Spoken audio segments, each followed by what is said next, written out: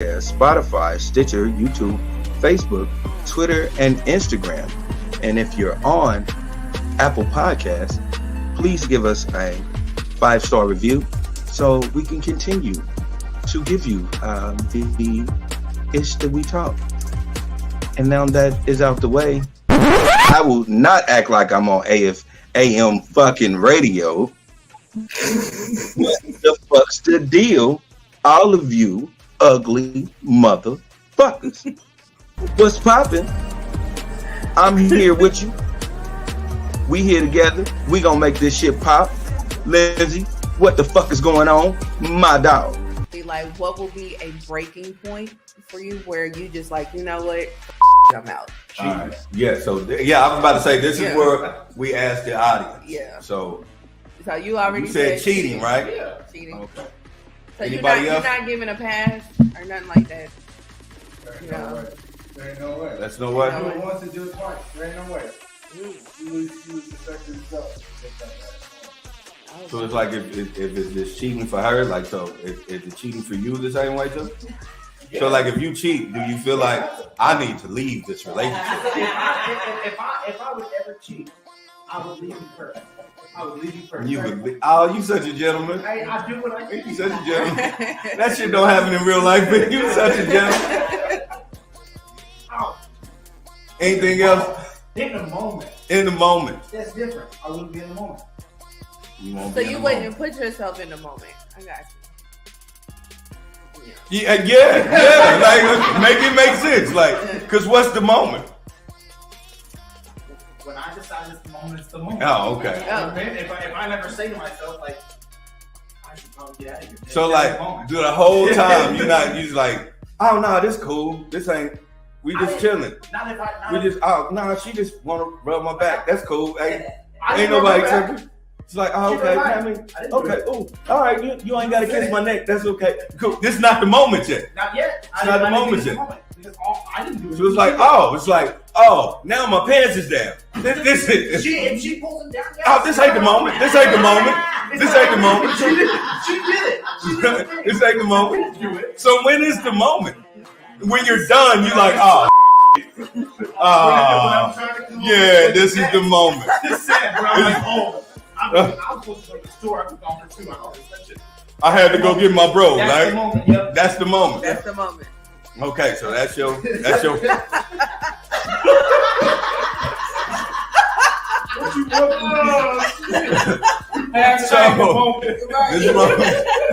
So this is cheating for you. Like, if she cheats, oh hell no. But like, I just had to wait on the moment. Like, no. That's ain't the moment. That wasn't the moment. No, she sucked my I didn't ask for it. I don't say the words. It's like, no. I didn't know. You know when I feel something wrong, baby, I'm gonna just tell you the truth.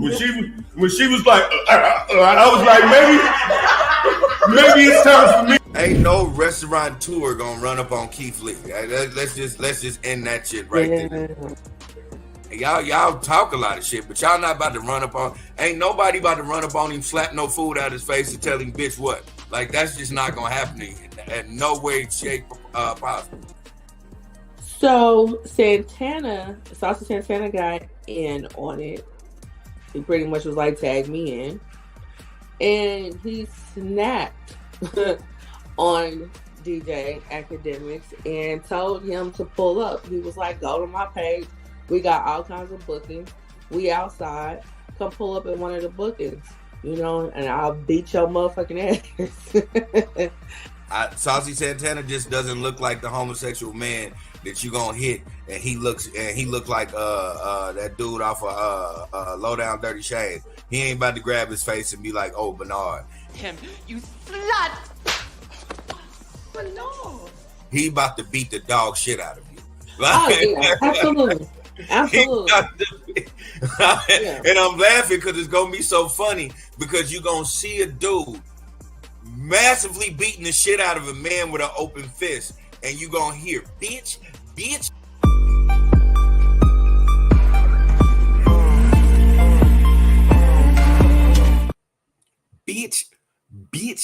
bitch. Shout out to Saucy, man. Shout out to Saucy. What's the deal, everybody? Man, I'm telling you, man. Shout out to the hero, man. I love the new intro. Yeah. Truth be told, man, this is the Ish We Talk. I am Lily. I am your joint smoking, black toting, bad MFer that you see in front of you. I am with the top shelf creme de la creme, the queen amongst queens, the baddest in braces, but she doesn't have braces anymore. I am with the do all be all, the lady that pushes the bells and the whistles. Without this beautiful queen, you would not have this asshole of a king. So let's give a round of applause for my people, my family, Lindsay. Hello, everyone. How's it going? Yes, sir. Yes, sir. Yes, sir. We have the cat. And we have the cat. Langston's in the building. Shout out to Langston. We got to we already said the pleasantries in the intro, but I will say, hey, welcome Twitch. Yes. Y'all in the building with me? I'm telling you, I love y'all. I can't wait for the dude to call me T Grizzly to get back on here because I'm gonna find out what you look like, my nigga, because it's going to that is gonna be hilarious. Yeah. You had T Grizzly money though. Okay. Speaking of T Grizzly, he got a new video out. I think the song is called Floaters. And he is like dancing. Like a whole boom cat 18, like 8 or what is it, 16 count, 18 count, whatever it is. Yeah, he's doing a whole routine in that mud. And I'm with it. Listen, he's supposed to, man. When people get, you know what I'm saying, get money and go to different places, they ain't supposed to be the same people. Yeah. You know what I'm saying? I like him though. He's like a jack of all trades because he be out here like really getting regular jobs and stuff. Yeah. Yeah, I like him. Derek's watching. He says Lee Grizzly, LOL. You motherfucker. That's a good one. I just don't even understand why I didn't think of that before you. So I'm really mad about that. Right. And all the times that you said it since that dude. Yeah, and I still ain't been like Lee Grizzly. Right. Thank you though, Derek, because I'm gonna start saying that. Right. He says, "What's good, my people? What's good? But if I get on Twitch, that's gonna be my Twitch name, just because you put it out there. Right. He says, I'm quick with it. Yes, sir. Yes, sir. Yeah. But yeah, so so how's life? Yeah. Life is lifing. Yeah. But it's all good, man. I guess because it's early in my stage of being fatherhood, like, I'm just really enjoying my days at home. Mm-hmm. And so, I don't let the outside world piss me off when I get into these walls. Like, I just be focusing on my little guy. What is he, like 3 months now? 4. 4? Yep. Wow. Time goes by fast. Yeah. Man. That's what I just said. And like, his last checkup, it was so funny because the doctor was like trying to tell us what he should be doing. But every time the doctor said, hey, right now he should be, and he was already doing it. He was like, oh, okay, so he's doing that. And then he should be hearing his voice. And then he just was like, blah, blah, blah. And I was like, oh, okay. And he was like, well, he should be trying to roll over. And then he grabbed his feet and just started swinging them, bitch. Like he was listening like, nigga, I've been doing this. Right. You ain't know? Let me show you. Right. He was showing off. And then like the funniest part, he had to get his shots, right? So I'm playing with him, his mama playing with him. He get his first shots. He cry out. Of course, my soft ass when it comes to my son, my eyes instantly start watering. Mhm. I'm trying to tell him, all right, we go through the shots. His mama pick him up. Do you know what this motherfucking bona fide thug did? What? This nigga sit up. He looked at his mama. He was looking at his mama. His mama soothed him, and then he eyeballed the bitch that gave him the shots, and his whole smile went off his face. He was like, and like he stared at her until she walked out the room, like, you bitch ass bitch, you ass bitch, you no nipple having ass bitch. Like he was on that. I was dying, like, oh my god. Right, that she did it. It's her fault. I said, damn, this nigga is so aware. He eyeballed that bitch until she left. Mm-hmm. Like, you ain't gonna try that shit again, bitch, and it's your ass. Right. Right. Oh, that is funny. But yeah, definitely cherish these moments. Because we mess around and the kid will be 16 years old talking about, Dad, let me get the keys. Right. So, yeah. Yeah. I'm loving it because eventually he gonna irritate me. I'm gonna be like, man, get the fuck out my face. Right. And, everybody, I did it. I think every male did it, unless you just one of the lucky ones. But we got to a certain age where we got real stupid. I think I got real stupid between the ages of 15 and 22. Yeah. Well, hopefully we'll have positive stories. Positive stories between those times for current. So yeah. But yeah, are you ready to get into these topics? Let's get into these topics. We was just warming the car up, y'all. Now we about to put it in drive. Right. Derek says I'm dealing with that now. So yeah. So he's experiencing the pain that we're discussing. Yeah, see? Yeah, I know it because sometimes my mama used to look at me like, who the fuck is you? And I know that's gonna come too. Well, my mom didn't deal with that with me because I was perfect. It was Ashley that was the terror. And that's my story, and I'm sticking to it. All I would say is this: my sister did the same thing. My sister was perfect until my sister turned 18, and then my mom was like, "Who the fuck raised you?" She's like, "I'm grown now, and I do what the fuck I want to do." Right. Derek has 19, 17, and 15. Oh man, you got a whole. I bet you cuss out people every day. You probably wake up to what the fuck you want. Right. Like, get out my face. Because you're already on bullshit. I can tell. Right. Just give me a minute. So, yeah. So, let's get to these topics.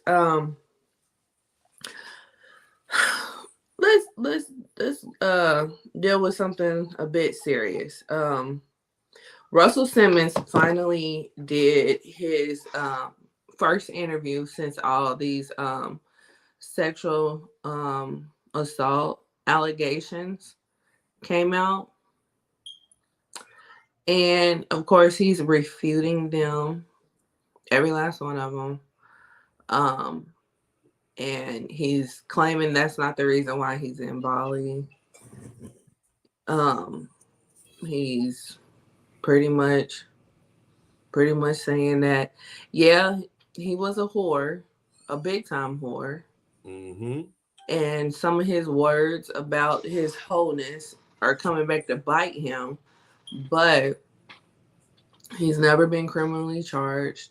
He hasn't been sued, even with the statute being extended. He still hasn't been sued, and he thinks they're liars, basically. So, what were your thoughts when you were watching this interview? My thoughts with that is just like, oh man, okay. Russ still got enough money because he got a lot of PR work behind him with the things he say. It's like, yeah, I'm not gonna play the victim. I'm not gonna say that these women they're just trying to pay me this. But I, at the same time, I am saying that, but I am calling myself a whore at the same. Like, yeah, I was just a whore. I was just fucking hoes. I don't know what the fuck them hoes wanted to do. Like, shit, you know, the lady was like, you know, the one lady that was like, he like chased her down with nothing on but a condom and shit. He, in his mind, he like, nah, I was just being a hoe. That's what hoe niggas do. I had more foursomes than you did. Like, just because you got 3 bitches in the room don't mean all 3 bitches want to fuck you though, my nigga. Right. They probably was just coming to get his food order. Yeah, it's like, you know, it was word you though. He used word you though. Mm-hmm. I'm not and this is allegedly, because I'm not saying Russell Simmons did anything, but what I am saying is he has the truth and some of those ladies have a truth. Yeah. I mean, it is a weird situation. Because when you look at it, because he brought up Oprah and how there was going to be a documentary about it, and she was he was saying that she said that the women weren't credible, and that's the reason why she pulled out of it. But she said in an interview explaining why she pulled out of it that wasn't the case. So it's like, I don't know what was the case in regards to her pulling out of the documentary. But yeah, I don't know. Like, when it comes to matters of SA, Mm-hmm. it's hard. It's hard because you want to believe the victim, but then you don't 100% know if the victim is actually a victim. Right. Because we've lived that as well. So it's like, right. It's a very like thin line between like, if have you really been SA'd, or is this is this a quick money grab? Right. But if that is true that he hasn't been sued, then what is it? You know? Right. Is it? I mean, how can it be a money grab if he hasn't been sued? Can he be sued overseas? I don't know if he could be sued from overseas. I don't know either. I don't know how that. That's probably one of the reasons. You know, he could, like I said, he used a lot of words, you know, so he was like, he's not in Bali because of those charges. He's probably in Bali because he knows if he stays in America, he'll start suing the shit out of him. Right. If you're not in Bali, then why don't you come over here? Because like the people had to go over there and do the interview. You know what I mean? So why don't you come over here for anything? You would think that if you don't come over here for nothing else, you would come over here for your kids' graduations. I'm not coming over for my kids' graduation, nigga. Fuck that. Why? That's the rat nigga in me talking. The know what I'm saying? The nigga who if I possibly believed I'd done some shit, I'm not going back there. You gotta be fucked up. But that's what I'm saying though. Like, if that's not the reason for him to be in Bali, what is he avoiding in the US? Like, if he can roam freely back and forth like it's no big deal, you would think that if he don't come back at all for anything else, he would come back for that. You know what I mean? That's my point. So I'll be sitting there at the graduation, the motherfucker slap me with a goddamn subpoena. Exactly. I'm not going. Right, you know what I'm saying? Exactly. Like, that's my point. Like, I know that's your point. I'm just being an asshole. Oh, okay. Yeah, I'm just being an asshole. But yeah. Like, you know the block is hot. So yeah, I'm gonna sit my ass right up in Bali, and $1,000 seems like shit, $100,000, and I'm gonna have a good fucking time. yeah, but I think like some of them were like maybe employees of his companies or something like that. The companies are still here. They still popping. Yeah, so it's like they would probably include them in the lawsuit. So they're like with them still being here. I don't know. I'm not a lawyer. I just play one on TV. Like, so, but I listen. If Russell Simmons did this, then Russell Simmons is a coward of a man for not facing the things that he has to face, and he's also I don't want to disrespect Russell, but he like if these allegations are true, Russell is a sucker butt ass nigga that, know what I'm saying, that thought money made him untouchable. mm-hmm. You know what I'm saying? And that right there is foul. So, you know what I'm saying? Everything should be thrown against you as it should. Now, if this is accusations and these are lies, then I hate that in this situation that we have to have conversations where we're questioning why this man chooses to live a life of peace. Yeah. Yeah. I mean, I don't know. I don't know. I mean, and these type of situations is hard. It's not cut and dry because it's it's like you said, it's their version of the truth versus your version of the truth. And you have to decipher through what is closest to the actual truth. You know? Especially with it being so long ago and whatnot. So I don't know. But this is the first time we've ever heard him talk about it. And I wonder why now, because these allegations came out years ago. So I wonder why now is when he decided to talk. Because they probably are never going to be able to get him back in America again. So they're never going to be able to charge him. Yeah, I mean, I understand that, but why? But my thing is that why now? Why at this present moment are you deciding that today's the day that you are going to tell your truth? That's what I'm saying. Because he probably is untouchable at this point. This been going on for years, and I don't know. Maybe you know what I'm saying. It takes a long time to get citizenship down there. Now that he could be a full-blood citizen, and it's like I'm untouchable now because I don't have to be deported. I ain't got to do. I could be a bum in this motherfucker. Mm-hmm. I ain't never going back there.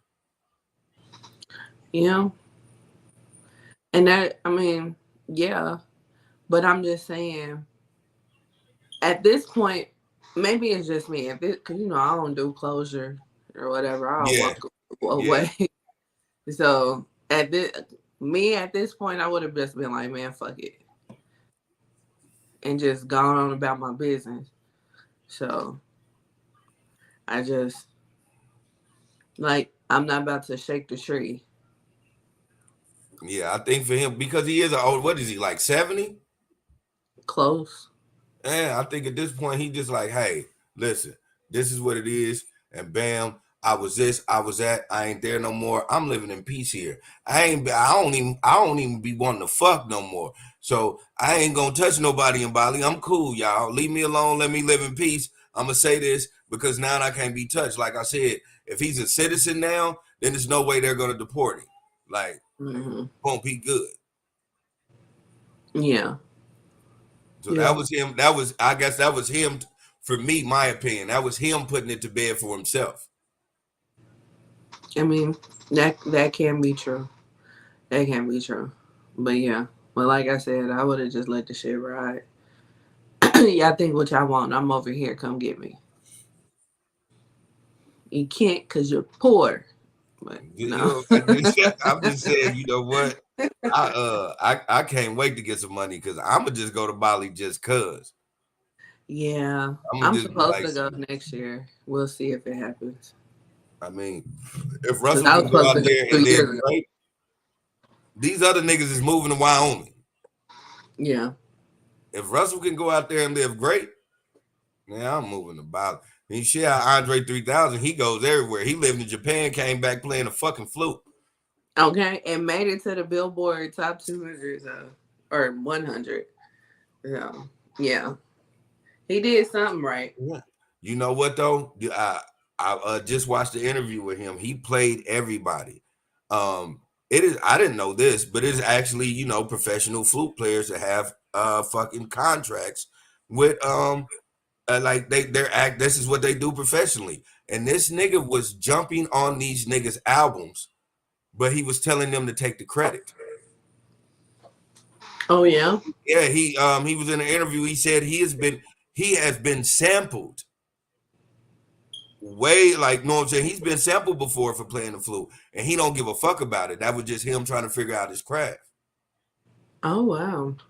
So he been playing like this is just something that just came out of nowhere. And like, nah, this nigga been jumping on like famous people that play flutes. He's been jumping on that shit, and he's been telling them to just say it's them. Wow. Wow. He's dope.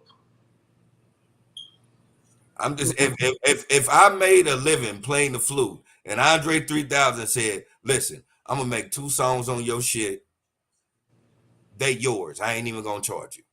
Just don't mention my name. You think I ain't taking that shit? Man, I'm taking it and running with it. Nigga. And I can't wait for your album to come out so I can be like, dude, he was on my shit. Right. So I think it, yeah, I mean, okay. We have totally went left. But yeah, we did, but it's cool because that was pretty dark. So. Yeah, that was let's jump back to it. Yeah. But yeah, I mean ain't really too much more I can say about the whole Russell situation. Like he did his interview. I didn't really get too much from it outside of the norm that you would get from somebody being accused of something like this. It wasn't like they're gonna be like, I did it, I'll do it again. Like they wasn't gonna do that, but he definitely just admitted to being a sexual deviant. Yeah, but he owned up without owning up. That's what I'm saying. He used a lot of words. Yeah, yeah. Yeah, he definitely did that. Yeah, and I don't see nothing else coming from it. I mean, he spoke his piece.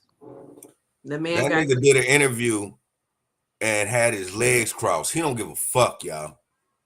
Yeah. He don't give a fuck. Right. Now, do you believe this whole just veering left a little bit? Do you believe this whole he broke? Nah. I think I said this on the last podcast. First of all, his broke and his tax bracket ain't all broke. So no, he ain't broke. Plus, what you do not understand, a lot of people don't understand is Russell Simmons been making money since the early motherfucking 80s. This nigga been known about offshore accounts, all sorts of shit that we don't know. But you think that nigga wasn't stashing money away? Right. And he come from his mind is of a hustler. This nigga started off selling fucking bum ass cocaine that wasn't even cocaine to college students. He took a risk of getting his life took. You know what I'm saying? For fancy shoes and shit. You think this nigga ain't got no money put up? Yeah, and furthermore, your money goes way far in Bali. Yes. Yeah, so yeah, when he said that shit before, when the whole thing with him and his daughter, I was just like, broke in Bali? No. That's what I said. And you go down there, if you go down to Bali, this is what because I got a homegirl that I work with actually, and her people from like over there, they like in the Philippines and shit like that. And she said certain places down there, man, like your money still, you know what I'm saying? Your money still triples. They don't it don't even matter what they've been doing over there as far as trying to change the currency over. Like, nah, the American dollar still is a lot over there. Like she said, like in Singapore, Bali, some spots in Philippines, like Now you go down there with $1,000, you're coming back home with like 200. With like $739. She was like, and you gonna have the best time of your life. Yeah, that's how it is down there. Yeah, so I just was like, yeah, I don't know about all that. Probably he's probably below his comfort level, or he's probably not. His income probably has lowered, but him being broke, yeah, no. Nah. If that nigga went down there with $30,000, that nigga can die down there king. Yeah. So, but yeah, that's Russell Simmons.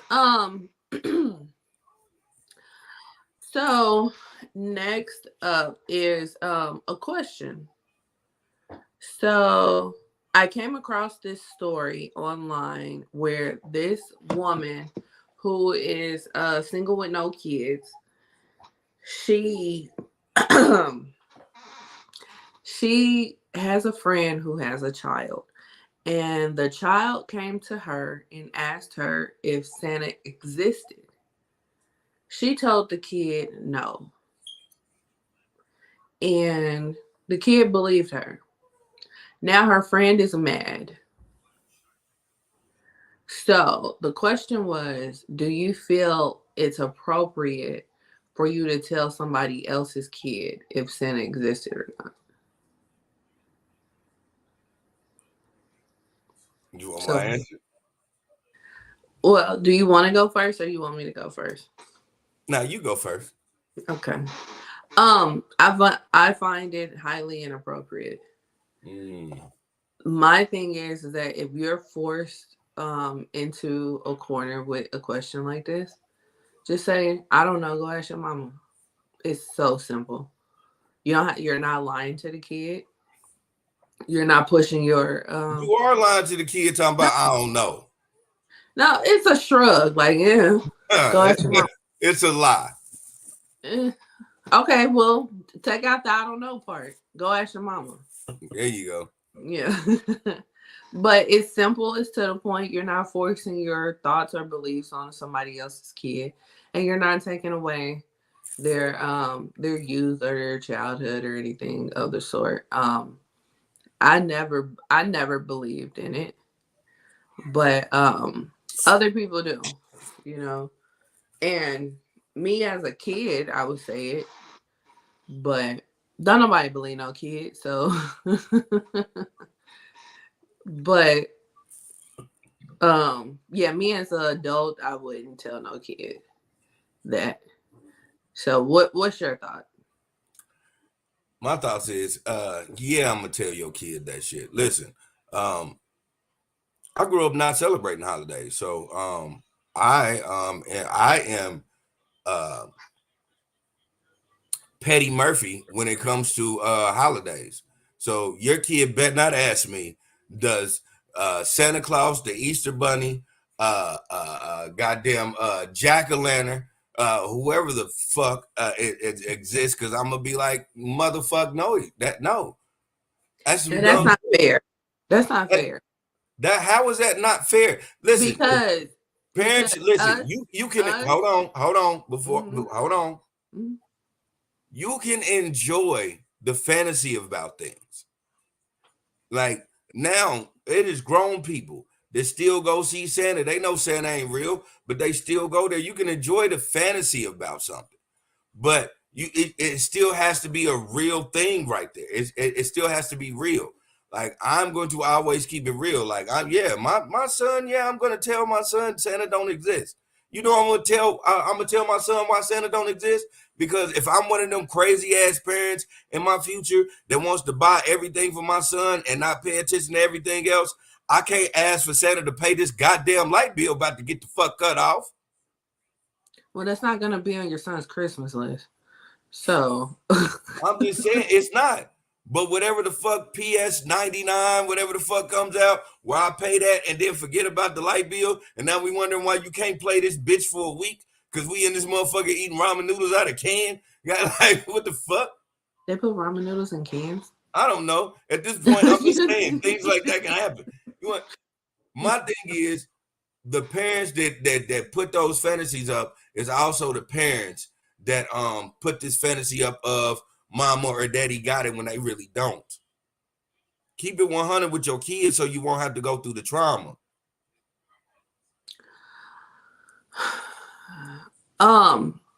Sure, at a certain point, absolutely. But when your kid is a kid, though, you don't want to put like adult issues on your kid to have them worrying about some stuff, especially as Black kids.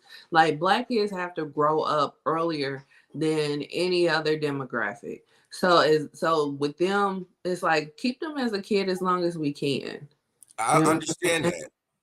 I understand that 100%, but I'm not putting grown-up issues on my son when I sit there and tell my son, hey, you can enjoy it. You can go sit on Santa's lap. You can do all that for the fantasy of what nowadays what Christmas is, because it ain't about Jesus no more.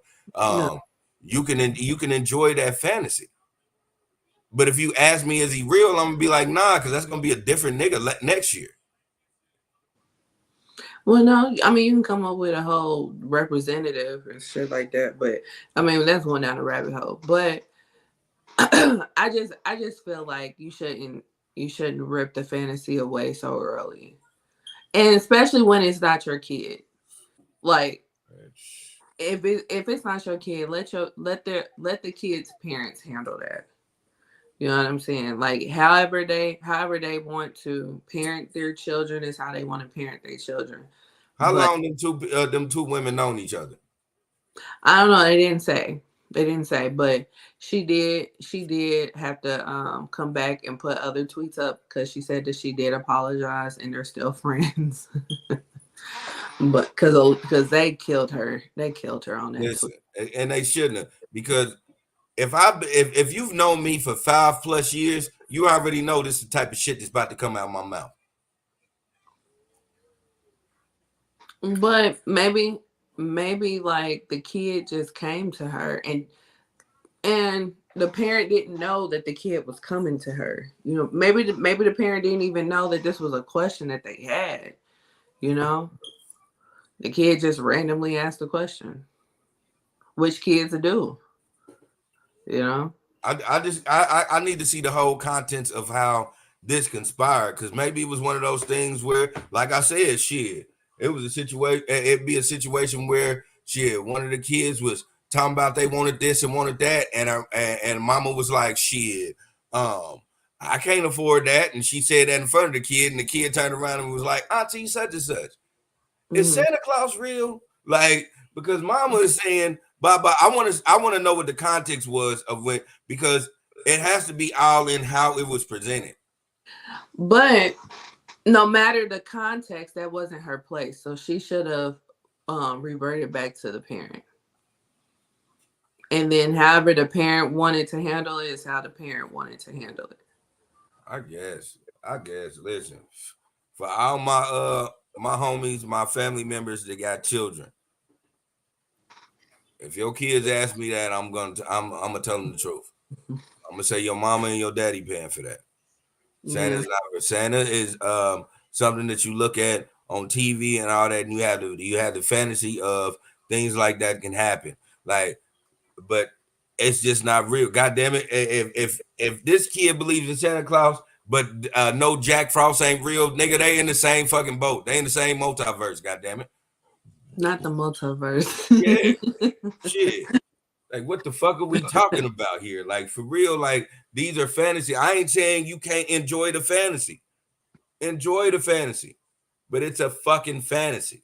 But the fantasy is kind of like, it's not a fantasy no more when it's a kid. It's either you believe in it or you don't. Like, something like that, you either believe in it or you don't. 100 people can tell you Jesus don't exist when you a kid. You gonna still believe in Jesus if your mama believe in Jesus. Yeah, because you're not gonna believe nothing else. Exactly. So that and Jesus did exist. But I'm just saying, the only thing I'm saying is this.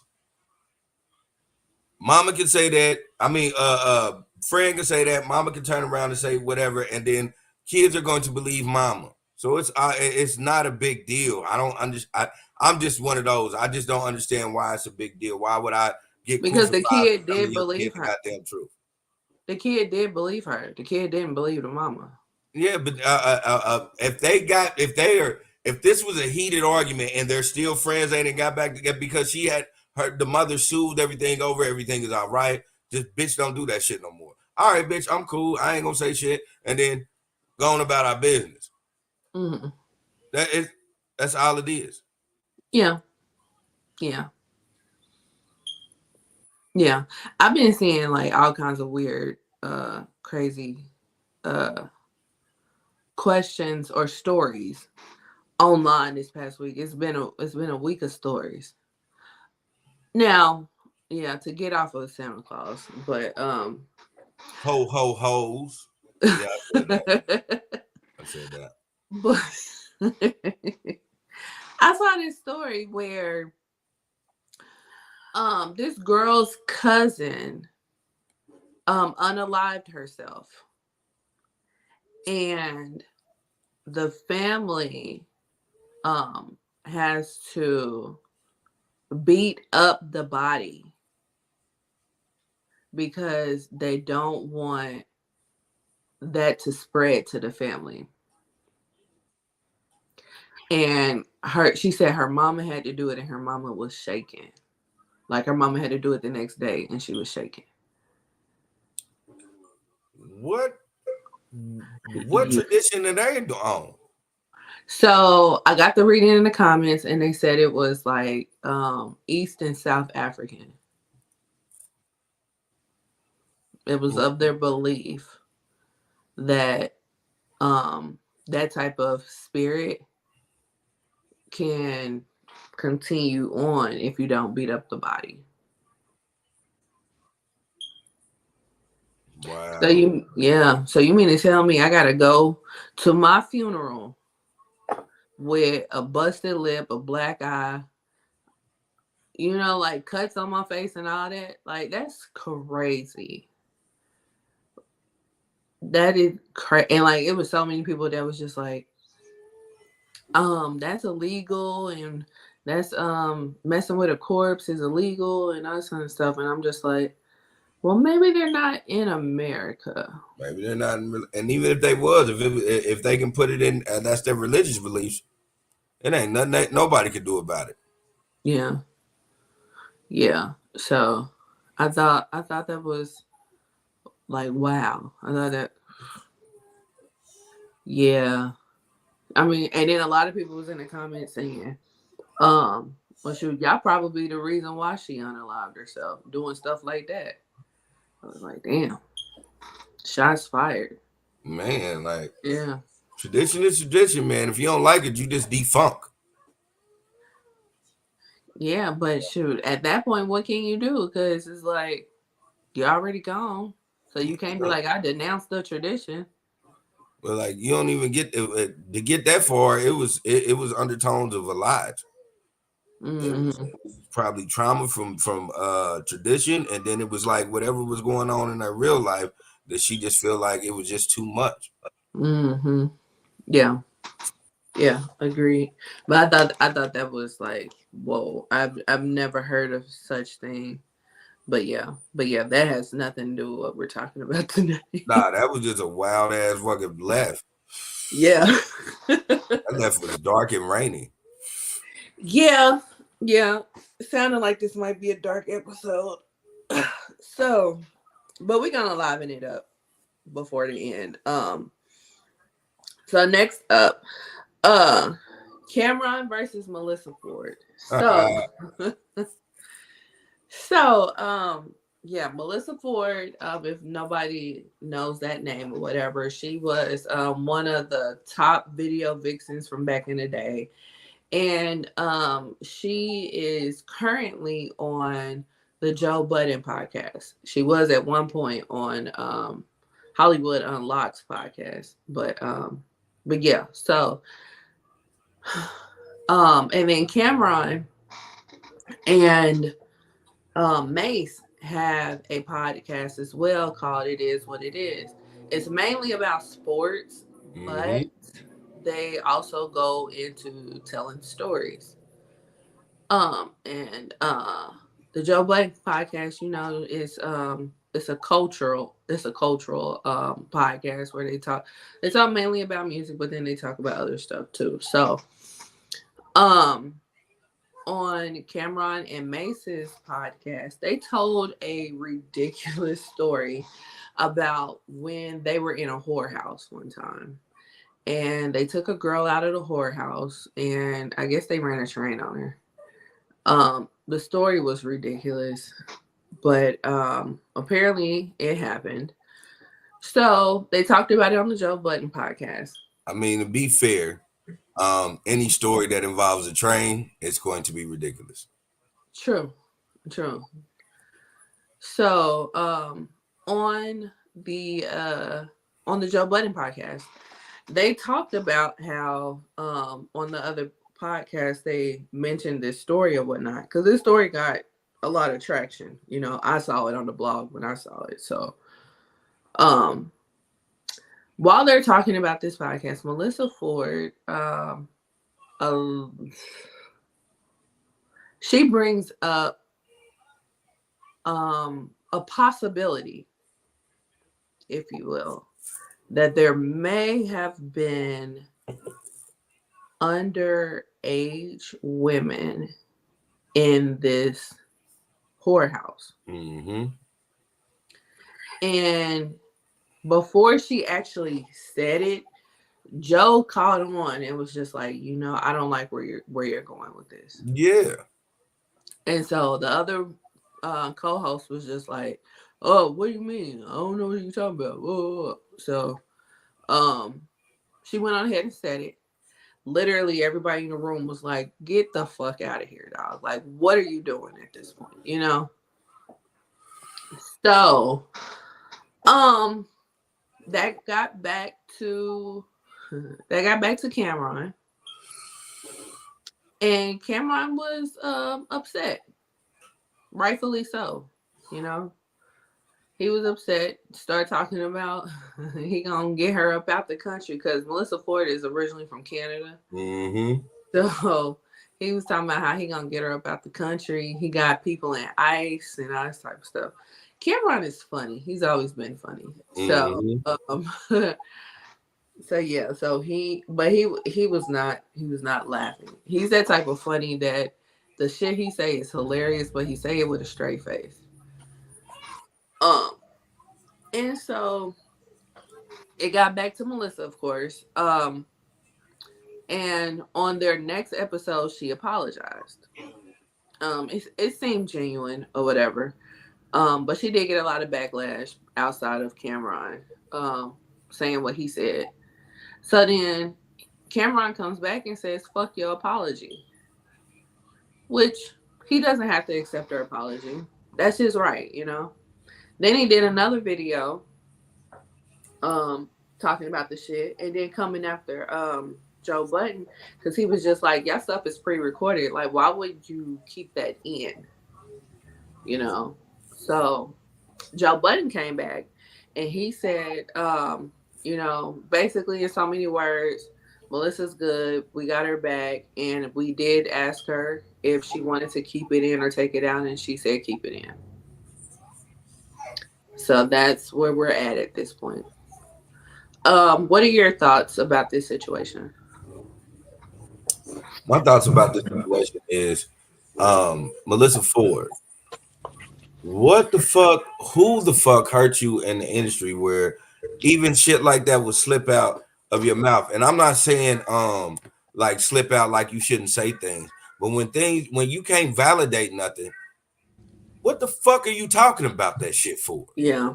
Like that shit didn't have nothing to do with you. Like Melyssa, like just keep it 100. That it wasn't in your circle. You wasn't even around back then. Like that is something you shouldn't even be talking about. And then for the simple fact of he said 1992. That would have made him around 15, 16 years old. Yeah, I'm sorry. That's another thing that he said too. He was like, we were underage. I just turned 16 in one of his replies. And He was so like, it's if anybody, I was underage, you know? yeah, so case in point, if it did happen, they were all underage. Mm-hmm. They were all at a place that they shouldn't have fucking been. Why are you trying to crucify these two niggas for telling a story? Like, I just don't understand it, especially a story that you wasn't involved in. It would be a big difference if she would have been like, yeah, I remember that night and such, and then the person that they took out was underage and I was upset. That ain't what the fuck happened to you, bitch. Mm-hmm. She probably was still in Canada when that shit went down. Yeah, you was still in Canada. Come on, man. Listen. I get it. You you wanted to like try to be that kind and be on women's side or whatever the fuck they be doing nowadays. But that was unwarranted and validated. Like, you didn't have no right to do that. That's at this one time. That's why when someone toxic men, or y'all call quote unquote toxic men, when they say, hey man, you stop saying you believe all women, sometimes you got to. But that ain't, I'm just saying, some motherfuckers just jump off the fucking bridge. And that bitch jumped off the bridge with that bullshit. Yeah. Yeah, that was some straight bullshit that she did. And it's like you're talking about a possibility. Like, and the possibilities can be endless. Like, it's possible it could have been men there. It's possible that it could have been police there. It's possible.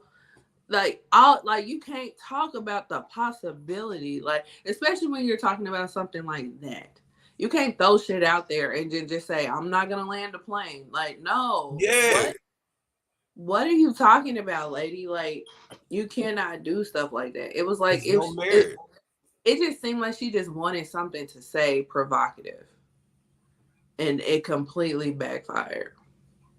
It was no merit you can't saying that shit. Like, right, why right. It, like, at this point, like, are you being puppeteered to what the fuck is going on nowadays? You say that shit on a podcast and then nobody address it or say anything, and then a year later, some Looney Tune ass lady from the Bronx be like, yeah, I was that 14-year-old girl that they ran a train on.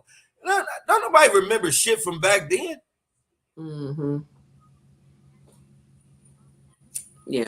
Yeah, like that was completely uncalled for. Now, you could have disagreed with the story. You could have thought it was in poor taste. You could have thought all kinds of shit, you know, but to insinuate something that you have no basis behind was insane. Insane. And again, we're talking about them being, and them themselves are underage. If we're talking about age, you know, it was a bunch of kids fucking each other. Okay, that shit happens. Boo hoo, suck it up. And unfortunately, it's not stopping no time soon. So. Nah. Yeah. That was crazy. So yeah, so they're in the middle of a back and forth right now. And like I said, I'm not mad at CamRon. Like, CamRon can, you know, say whatever he wants, because that went completely left. It took a left that didn't need to be taken. So whatever she get is what she get. You know, whatever tongue lashing he unleashes on her, hey, you open yourself up for that. Yeah. At this point, instead of being the go-to person that they jerk around on the Joe Budden podcast, you're gonna be one of them people that they can't wait for you to say something stupid. Everybody gonna talk about that shit now. Mm-hmm. You fucked up. Yeah. You fucked up. Now you gotta watch your words very fucking closely. Mm-hmm. Yeah. I mean, that was too far. That was way too far. Way too far. Like, when you're doing, because we're doing it as well, obviously. Yeah. There is a level of responsibility for what you do. You know, when you're doing podcasts, you can get on here and you can say a bunch of outlandish shit. You can say shit that go viral. You can, say all kinds of stuff, but there's a level of responsibility that you hold when you're putting out information. Because a lot of times people look to podcasts, especially like this podcast, for instance, because we go over, trending topics and stuff. So a lot of people may look to us about some stuff that they don't even know existed, So it's like a level of responsibility that we have to make sure that we put out the most accurate information as possible. So to say something like that was just completely irresponsible. Because motherfuckers could have ran with that shit. And they have, like, Joe Budden's like one of the top podcasts out there. You know what I'm saying? I'm sure there's a lot of people that probably go to them for information. And they could take that shit and run with it. Yeah. Oh, well, I heard on the Joe Budden podcast that, you know what I'm saying? So it's like, you can't do that, like, and nobody's saying that you got to be a reporter or a journalist, but again, there is a level of responsibility that you hold when you do get into this realm of podcasting, So that was just completely irresponsible, just to throw. And then you just threw that shit out there. Yeah. Like, I know I'm just one of those people that feel like, because I've made plenty of mistakes on this podcast and I've apologized for certain things that I've said, but I wasn't throwing shots in the dark though, my nigga. Wasn't fucking throwing shots in the dark. Like, right. I was addressing some shit that that I heard, and then when I get something wrong, I corrected that shit. Or if I just say something wrong, because I remember one episode where I meant to say E40's son, who was a DJ, dresses like MF Doom, but I said he's MF Doom. I had to turn around and say, hey, that's not what I was saying. I had to double back on that because MF Doom is a whole different other character. But it's just like certain things you gotta, like, it's not it's not a shot in the dark. What you did was a shot in the dark. Like, that's what I'm saying. Like, what are you, like, a puppet for what the fuck is going on in the masses? You're right. Right. It was just like, what was the point? What's your agenda? Like, what's the basis of this? You know what I'm saying? She was just like, oh, well, I was watching certain things. Okay, you could watch all that shit all day and all night, but you're trying to equate that to this story, and that's not the case. Like, everything ain't the same. Like, yeah, two things can be true. They can most definitely have underage people working in whorehouses. Yeah. And they can most definitely not have people or young people working in this whorehouse. Like, you know what I'm saying? Yeah. like what two things can be true, right? Like, nobody said anything about that. Man, I would have went Lake of the Ozarks on Melyssa Ford if I was on that podcast. I'd have turned around and said, you don't know shit about fuck. Because where are you going with this? Right. And just don't, and then you just drop that nugget and just back up. Like, no, honey, no. You got to finish your thought. You got to figure this out. Like, that makes matters even worse. Could you imagine she dropping that nugget, and then 10 people come out talking about how they've worked in whorehouses underage? Yeah. And now it's like a whole movement that, again, doesn't have shit to do with CamRon or Maze. You know what I mean? But because you were talking about them, people are going to equate the two. Yep, now it's gonna go all into it. Like, when she said that, I felt that I needed to tell my story, and then I feel like I need to tell my story too, and then they'll be going right back to the what Melyssa Ford was talking about. She was talking about a conversation that Mason CamRon had, and now y'all thrown under the bus of fucking young girls when y'all were children. Right. So, yeah, you just it's podcast responsibility. You just gotta be responsible. Yeah. Right. She can't say That was nothing. All right. yeah.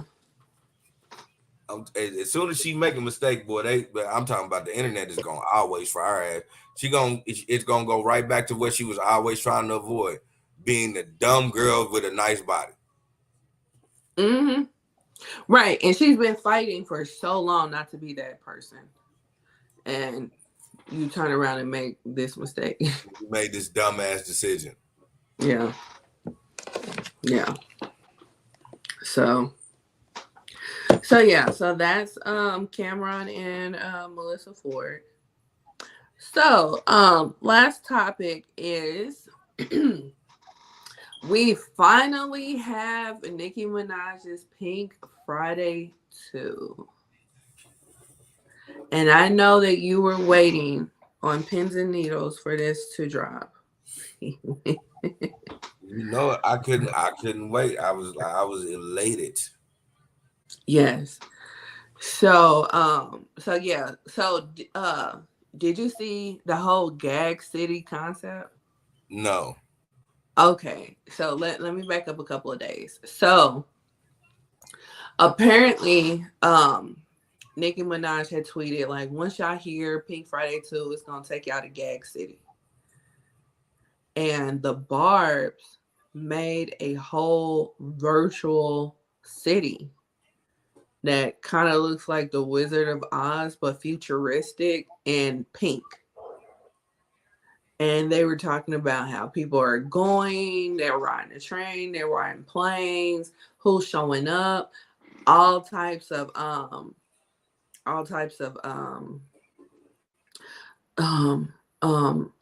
companies got storefronts there.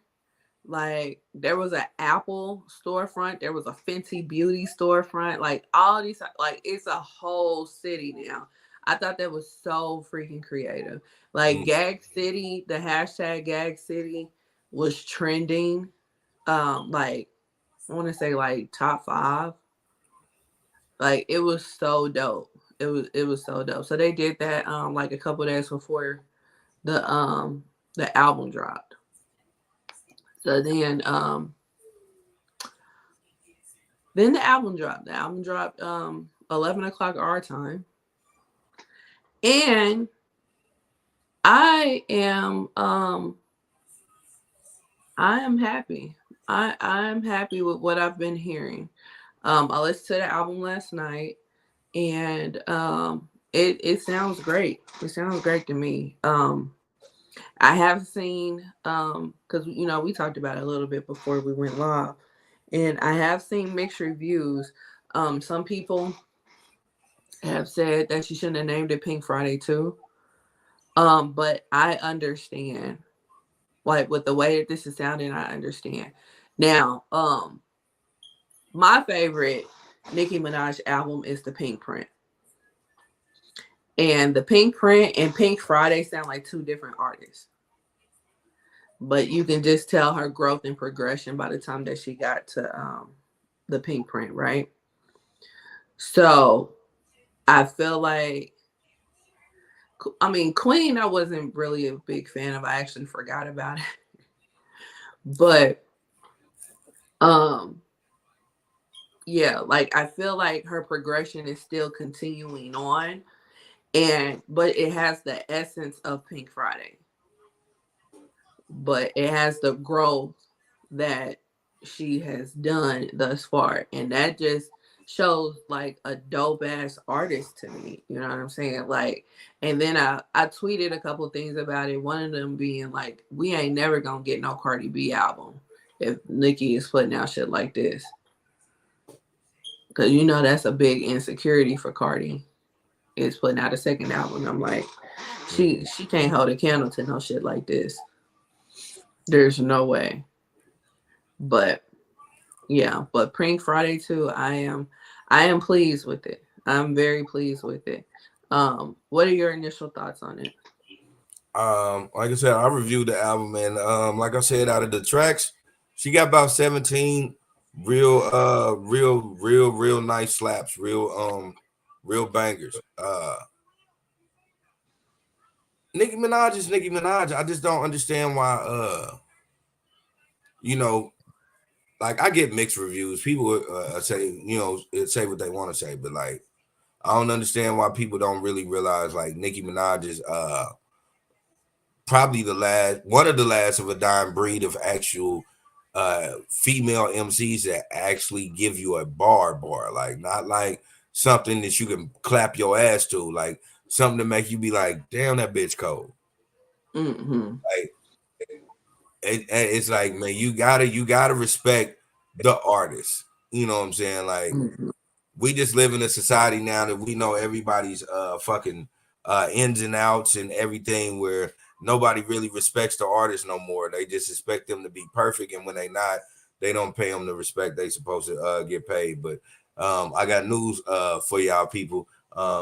The greatest R&B singer in the world was Marvin Gaye, and that nigga was addicted to crack cocaine. So y'all gotta really gotta just understand that the lyrics that she give y'all is better than almost everybody's.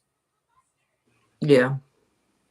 I can agree. And she's spitting on this mother. She talking some real shit. You know what I mean? What is your top track? My top track? Ooh. Let me go back to it because like I told you earlier, it was a couple of tracks that I doubled back on because that shit was hard. So I need to go back and look at these tracks. All right, here we go.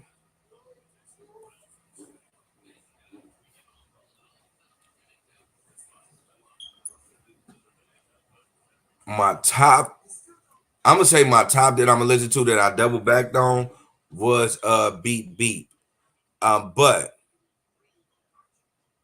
what I will say is what a lot of artists don't give you is her first track is a bomb. Like her first track was really, really dope. Like because it was it almost sounded like she was gonna give you a soft side, but she didn't. She gave you a real version of some shit. And so like Beat Beep is my shit, but like that the first song, like I told you earlier before we did the show, like the first song had me like, nah, I'm about to listen to this whole motherfucker for real. I wouldn't know if it was nothing. I was like, I'm about to skip this shit. Yeah, you know, when she does pretty good with the first song, because on the Pink Print it was All Things Go, and she be talking on that motherfucker. You know what I'm saying? She be talking some real shit on that motherfucker. You know. And let's see. My favorite, of course, is Barbie Dangerous.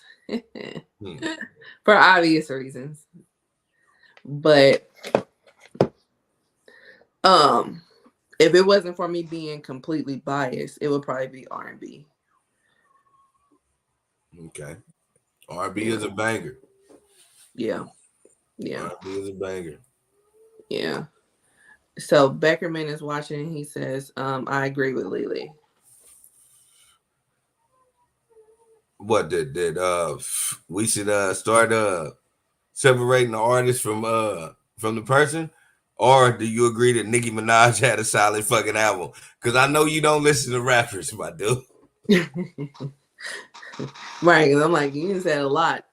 Yeah, like listen, just because he's here, so I can tell this without it being any bias. He doesn't listen to rappers so much. He equated like, hey, you know, there's artists, and those artists have different crafts, and then it's rappers. You know, rappers do their thing, but rappers call themselves artists. So why can't they know? He was like, it should be rapists. And I was like, no, that is way too close to rapist. And he knows that, but he's just like, be like how we started the whole story was a whole thing with Common. Like this nigga actually got to meet Common. My man that we talking about right now, he has met so many people in his life. I just don't even understand how I met him. Because he knows he has met and talked to and been around and got people in his phone that you would not believe. Oh yeah. You are not a troll, baby. Like no, this listen, every day when I talk to him, every day he gives me another picture of a celebrity with him, like really cheesing it up and being that kind. Oh wow. Yeah, like he's known so many. He has a story. I would even have to have him on the podcast so he can tell you this story about how he got robbed by Flavor Flav, and I actually had to look it up, and it's a very true story. Wait, he got robbed by Flavor Flav? He got robbed by Flavor Flav. Oh wow. Like within like the last 20 years or back in the day? Yes. Within the last 20 years. When he was I guess right after his whole reality TV show thing. Oh yeah, I definitely need that story. I need that story. Cause like you can't tell me nothing. You can't tell me nothing about Flavor Flav. Listen, he has a story that is going to. Not only is it going to crack you the fuck up, it is going. It is a double whammy that is so crazy. Like you know how M. Night Shyamalan has those plot twists. Mm-hmm. It ends up being a plot twist on what happens to him. That shit is wild. Oh wow. He said I did meet Common the actor. Common so he is only not met an the actor, not the rapper. the rapist. Or the rapist. He said, so, all right, whatever. Common the rapist. And I was like, what the fuck? You know, I think I've said this before on here. I don't think Common's that good of an actor. Beckerman thinks he's a hell of an actor. No, he has one tone and he stays in that tone. He doesn't raise his voice. He doesn't lower his voice. He has one emotion and that's it. And he's a whore. Like the same, he gives the same energy that Lori Harvey gives, but everybody gives Lori Harvey issues. But nobody says anything about Common. And I don't hate Common. It may sound like I'm hating on him, but I don't hate him. Derek says, great show as always. Salute. Thank you. Yes, sir. Yes, sir. Hold on. But hold on, real. Mm-hmm. Yeah, so if you are just now listening, we are currently speaking about Nicki Minaj's new album, Pink Friday 2. And, jump in the comments and let us know what your best Nicki Minaj song on the album is thus far. It just came out today. So I know some people like to, sit with it and whatnot. So these are our initial reactions. So it would be pretty cool to kind of come back and revisit. Maybe our answers will change, maybe they won't. But I said that I like Barbie Dangerous. Barbie Dangerous is she sampled Notorious Thugs. So if anybody knows me knows that, yeah, of course I would gravitate to Barbie Dangerous, but she did it in a great way. So, and I did read the credits. Everybody is getting credited as a writer. Biggie, Stevie J, Busy, Crazy, and Lazy. They're all credited as writers on the song. So yeah, I just knew Barbie Dangerous was gonna be shit. Yeah, right. As soon as I heard it, I was like, oh, okay. Right. So she had several songs that were trending last night. And then the song Blessings with Tasha Cobbs. Tasha Cobbs was trending last night as well. So, that was actually but surprising to me on that album. she's done. She's featured on another gospel artist's song before, so I wasn't too surprised.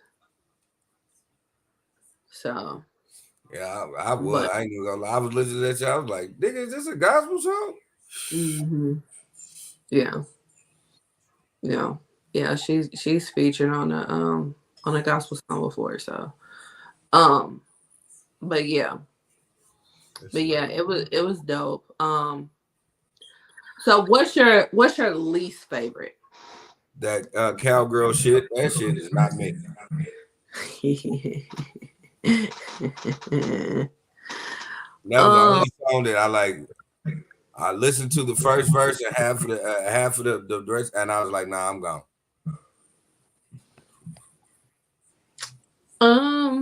My least favorite shouldn't have been on the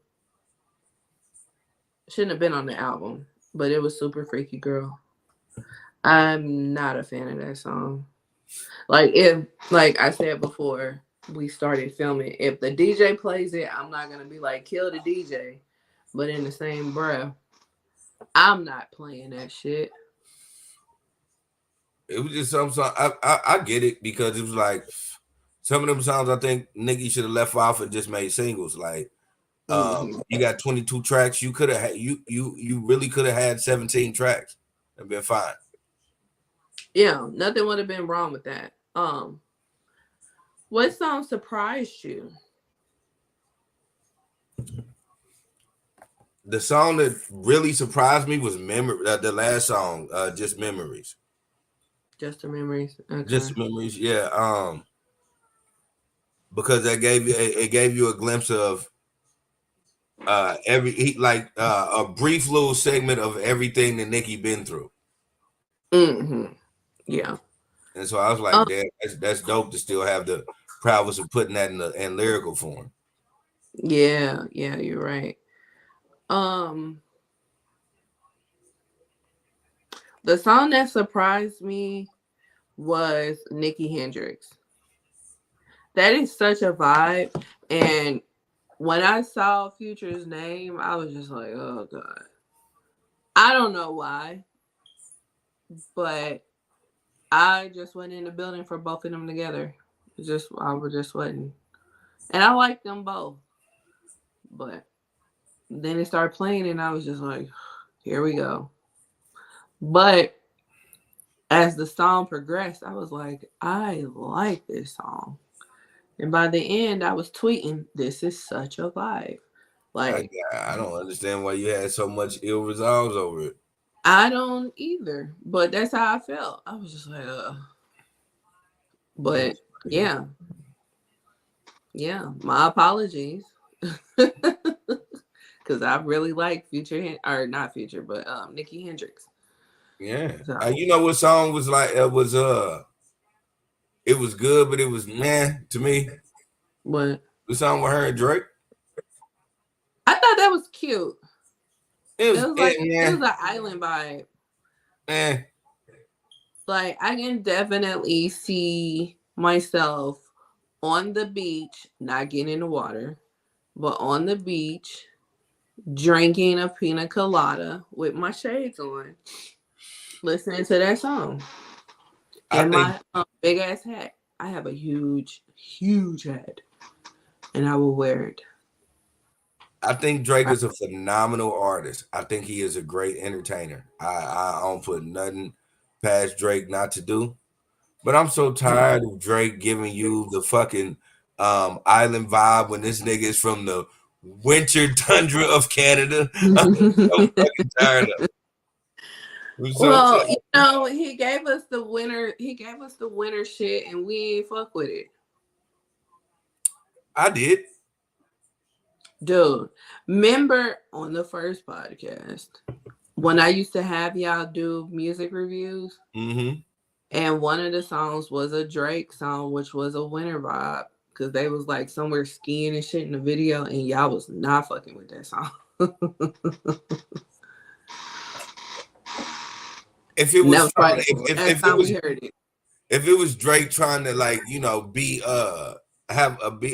in a party vibe like that, then yeah, nah, I wouldn't feeling that. But like when he gives you that like sitting there in his own thoughts type of flow, like yeah, that winter vibe, I fucks with.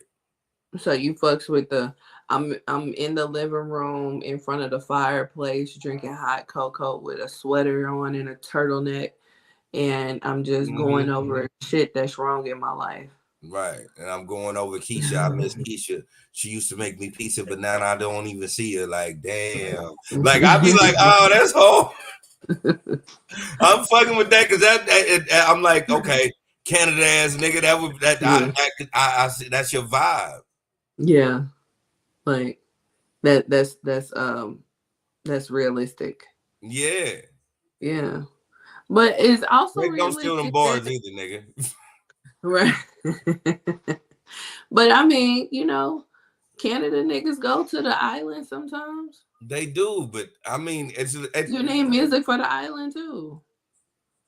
you do, and I get it. But I'm just saying, at this point in my life, I'm just like, come on, like, okay, it was like every now and then you do it, like, you know, like the greatest of all time, Michael Jackson, to give you that, you know, but he wouldn't always try to give you that. Like he ain't jumping on everybody that's doing that. He ain't doing. I did it once. I ain't got to do it no more. Yeah. You know, I want to give you some. I want to give you some shit that make you really relate to me. Yeah.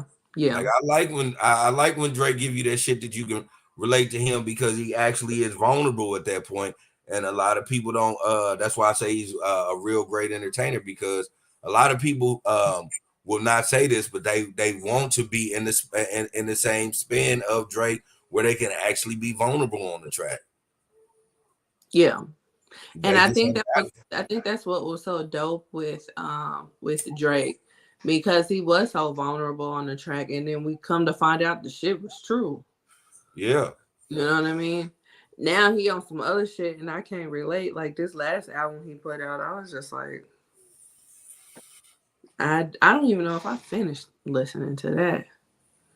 It's him adapting to the culture, but what Drake fails to realize is you don't have to adapt to the culture because you are a part of the creation of this culture. Right. And Nicki the same way. So to bring it back, Nicki's the same way, but she did it right. Cause everybody, as soon as I heard that song, I was like, oh, this is TikTok all day. You know what I'm saying? But she did it right. Like Drake ain't doing it right. He's not adapting well. You know what I mean? So, and that's another one I love too. Everybody is hard. Everybody is hard. And even though, you know, I love Uzi. At one point I used to play the hell out of Uzi. But I don't even think he's needed on the song. He barely on it for one. And he come in late. I'm like, he wasn't needed, but it was a good addition. It was a good addition, don't get me wrong, but she honestly could have did it by herself and I wouldn't have been mad. Yeah. So, and when I tell you I used to love me some Uzi. I still do, but I don't listen to him as much as I used to back in the day. So yeah, I listened to a couple of Uzi tracks, like, and I like his young shit better. And I hate to say it like that because it just almost sounds like an oxymoron because you're supposed to, like, you know, elevate, you know what I'm saying? But some stuff I just can't get. Yeah, and I get that. Like Uzi is an acquired taste. He had this one mixtape that I used to really play on repeat. Let's see. It was was it this one? Yeah. Little Uzi Vert versus the World. That's the one that had the song. You was right and I was wrong. You know what I'm talking about? Yeah, yep. Yeah. So, yeah. But yeah, my favorite Uzi song is on that album. But yeah, I used to play the hell out of him back in the day. But of course, he had like the biggest song. Even Beyonce was dancing to it. I Just Want to Rock. So it kind of gave that vibe with the dancing. You think so? Like I just really thought the motherfucker was really hard, and then with him putting it on there, okay, I guess. Like thinking about it now, it's like, okay, now I see what you're talking about.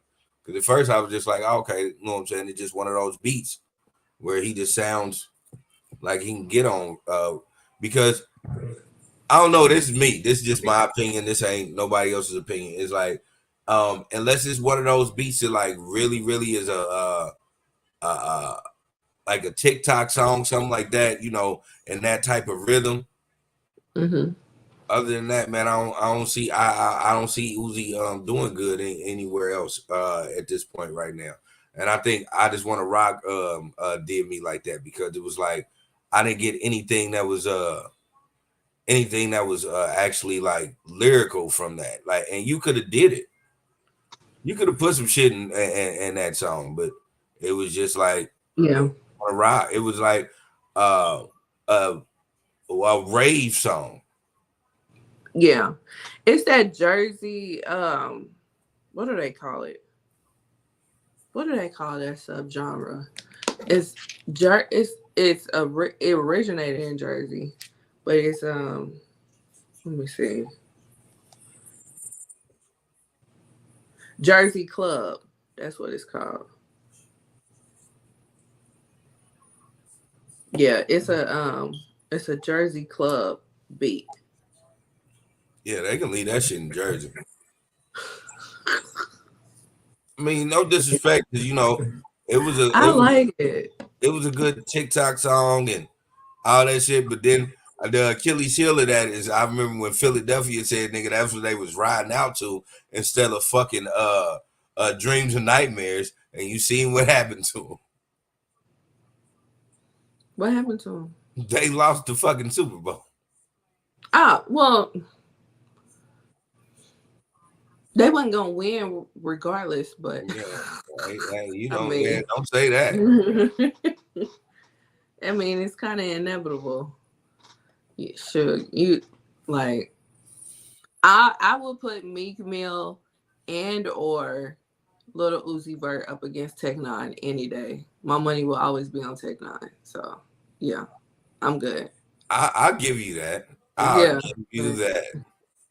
So no, we're not gonna go down that road. Yeah, we're not gonna go down that road. But it is something about them winning Super Bowls and then the whole world singing Red Kingdom. That was crazy. Yeah. That I was like, nigga, I was excited, like nigga, like I was Tech. Like, nigga, that shit was everywhere. Like they was playing it everywhere. I was like, oh shit. Like I could imagine how that nigga felt.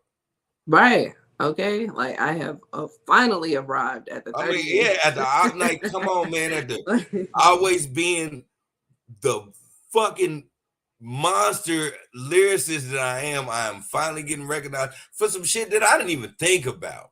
Right. I'm sure that was a freestyle. Yeah, I didn't even think about this.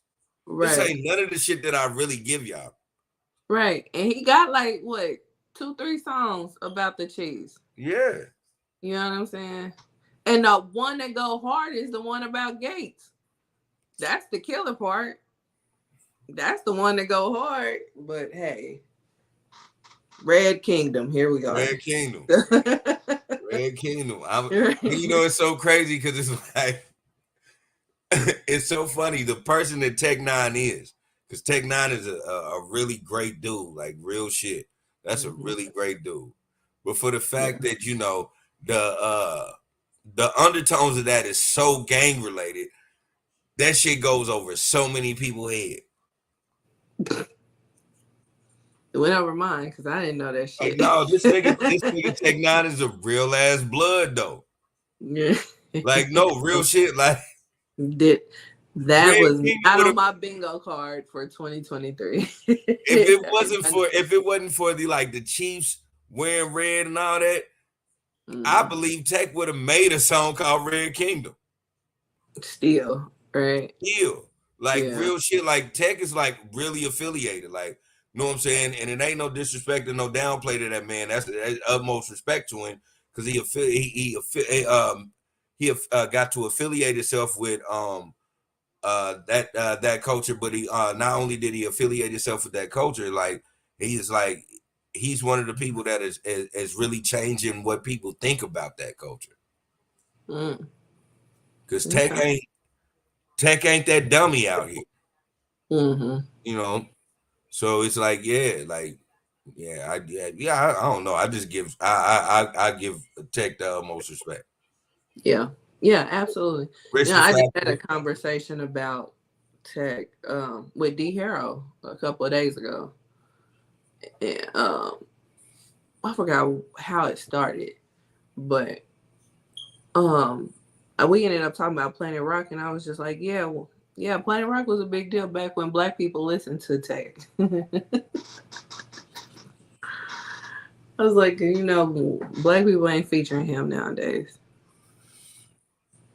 You know what? I'm gonna intervene there and say, in this city, because Tech do a lot of features. Tech be everywhere. Tech is around. Yeah. You really have to understand that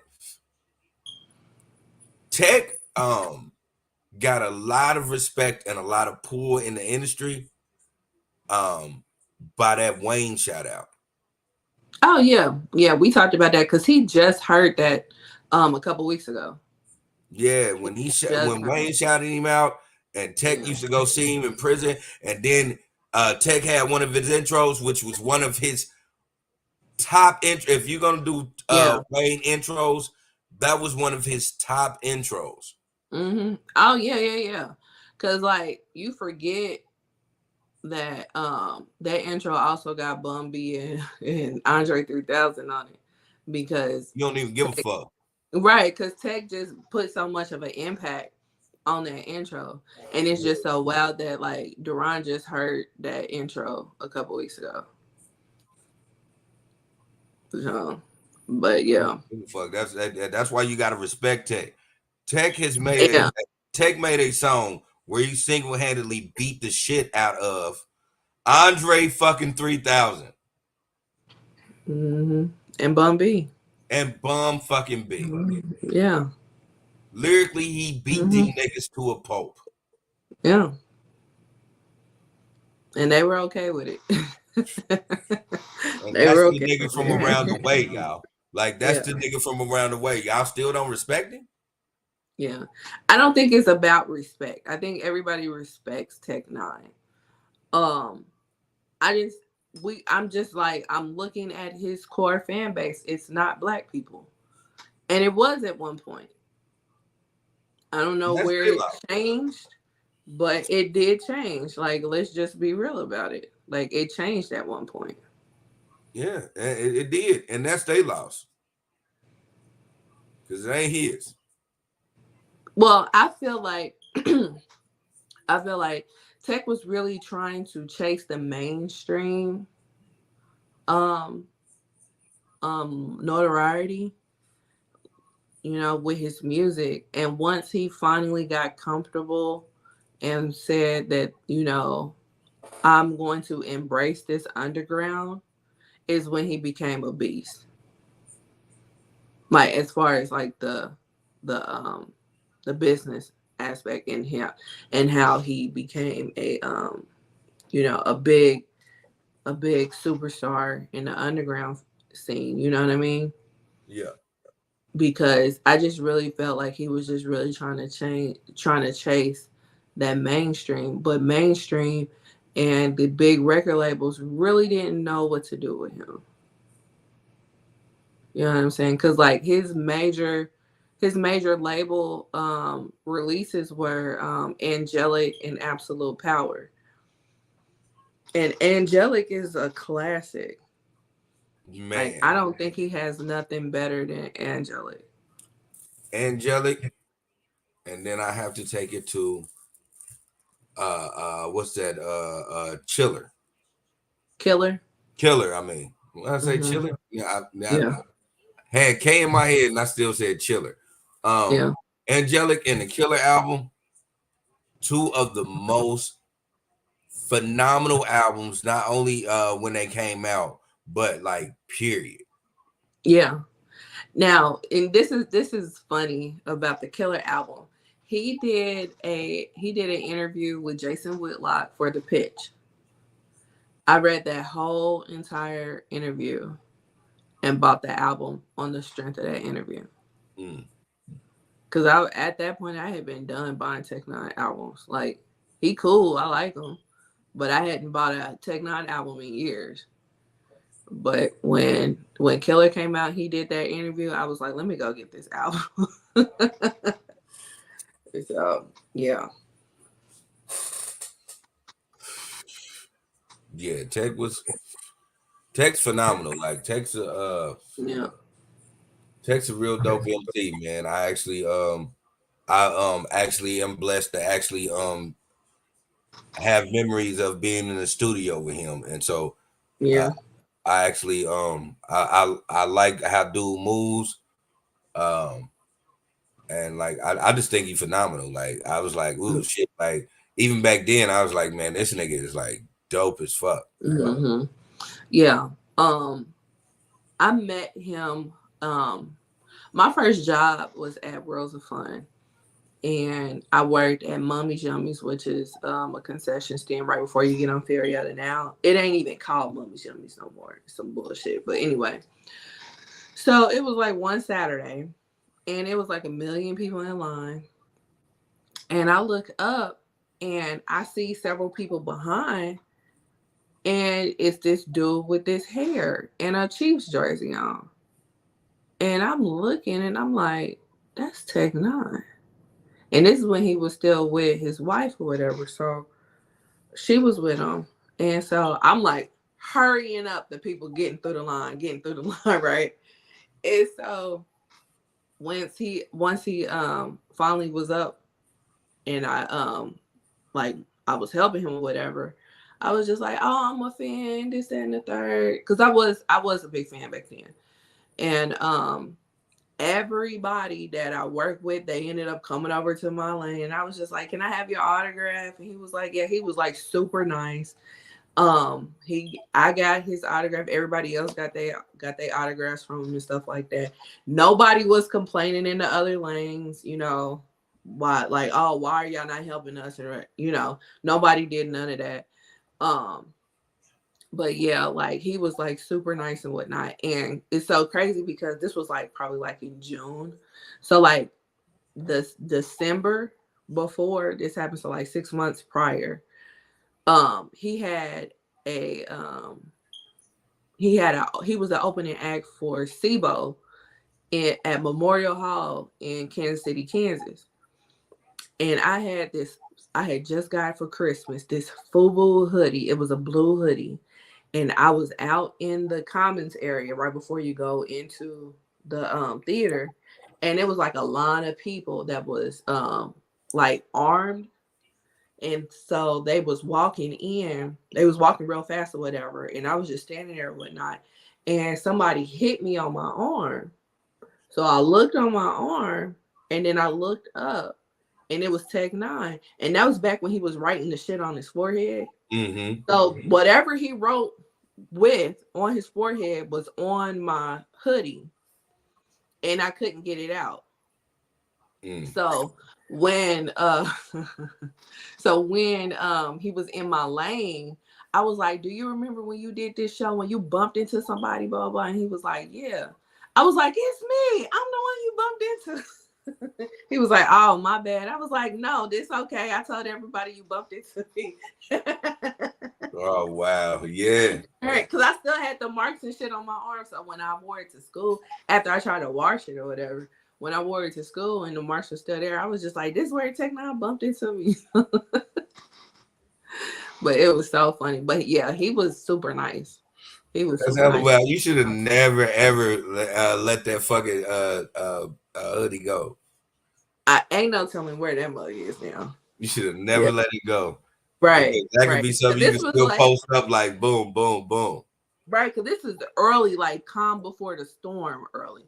I got pictures of me in the hoodie and shit, but yeah, this was calm before the storm, Tech Nine. So this was hella. And then again, at Memorial Hall in Kansas City, Kansas, as him as the opening act for SIBO. Yeah. Yeah, this was early in his career. But yeah, ain't no telling how much that should be now. Man. Yeah, so. But yeah, but you know, Tech Nine has not done a song with Nicki Minaj. Has not, but he is 7 degrees of separation because he has done things with Lil Wayne.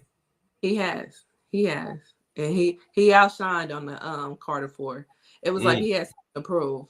You know what I'm saying? Especially because he knew it. You know what I'm saying? Like he knew it and he rapped about it. He was like, some of y'all probably don't know who this is. So yeah. Listen, all that shit he did, the ending of it. Listen, everything was so dope, and then when he ended it with this is Sue Woo business. Listen, Right.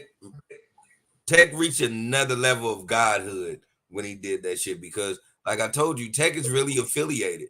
Lil Wayne is famous and affiliated because he's famous. You got to understand, Tech was affiliated before he was actually famous. So he actually he put a stamp on Wayne. A lot of people don't even think about that. He put a stamp on Wayne because Wayne got famous and then got affiliated. Tech was affiliated and then got famous. Nah, he put a stamp on Wayne. People got to put respect on that. Yeah. But yeah. So as far as Nicki Minaj, I do like it. I do like it. You know, definitely will be in rotation. So, and like I said earlier, be interesting to hear what if the favorites and the least favorites change going forward, because this is the initial reaction. So yeah. So I don't have any final thoughts. So Jerry's final thoughts. Take it away. All right, y'all. My Jerry final thoughts is gonna be this. You gotta connect with your family. Especially around this time. I'm not about to talk about nothing about the holiday season or everybody's supposed to be together or things of that nature. Just the belly of the beast that I work with, certain things that I've been watching as of lately. I want to really tell people that, like, yeah, you want to connect back to your family, and your family don't necessarily have to mean blood, but you want to connect back to them because you don't never know what people going through around this time. When it's winter time, people go through a lot of things. They go through depression. They go through it's about to be the end of the year and they not where they want to be. Certain things has happened and conspired through the year that people just think that, you know what I'm saying, the world is against them. And they start being standoffish and they because they feel like they ain't really doing what they supposed to do. You got to connect with those people. Connect with those people and let them people know that they are part of your life and they are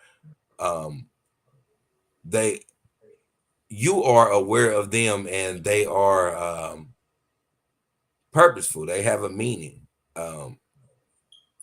Just because, man, you don't want to hear things on the news, or you don't want to hear a friend or just somebody just out the clear blue tell you such and such did something to themselves or such and such then got into a bad way. Around this time, people get into a bad way.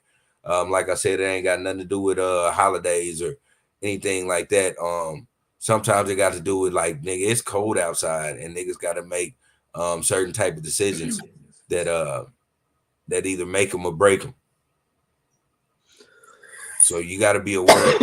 You got to stay focused on the people that you say you actually love for real.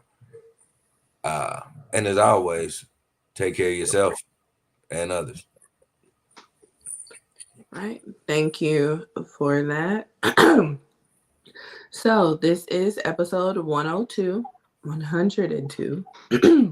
of the Ish We Talk, and we will see you guys for episode 103. Exactly. Bye.